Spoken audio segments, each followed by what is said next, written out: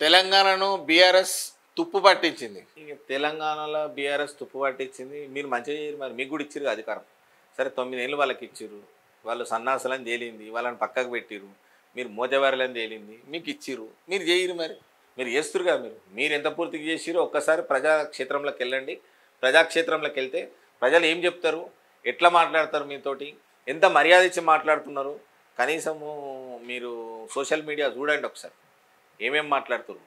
ఎవరో కాదు, కాంగ్రెస్లో ఉన్న కార్యకర్తలే మీ మీదికి ఏం మాట్లాడుతుర్రు, ఎట్లా మాట్లాడుతారో ఒక్కసారి గుర్తుంచుకో రేవంత్ రెడ్డి, చూడొక్కసారి. ఇంతకుముందే చెప్పిన మార్చిలోనే మంటలు 18 జిల్లాలో 40 డిగ్రీలకు పైగానే టెంపరేచర్స్.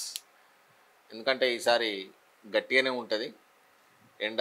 దయచేసి పిల్లలు కానీ పెద్దలు కానీ ఈ ఎండల్లో వెళ్ళేటప్పుడు కొన్ని ప్రికాషన్స్ తీసుకోవాలి. మరియు ఇంకోటి ఏంటంటే నెసెసరీ అయితేనే ఖచ్చితంగా బయటకు వెళ్ళండి. లేదు అని అంటే ప్రయాణాన్ని రద్దు చేసుకోవడమే మంచిదని చెప్తున్నా.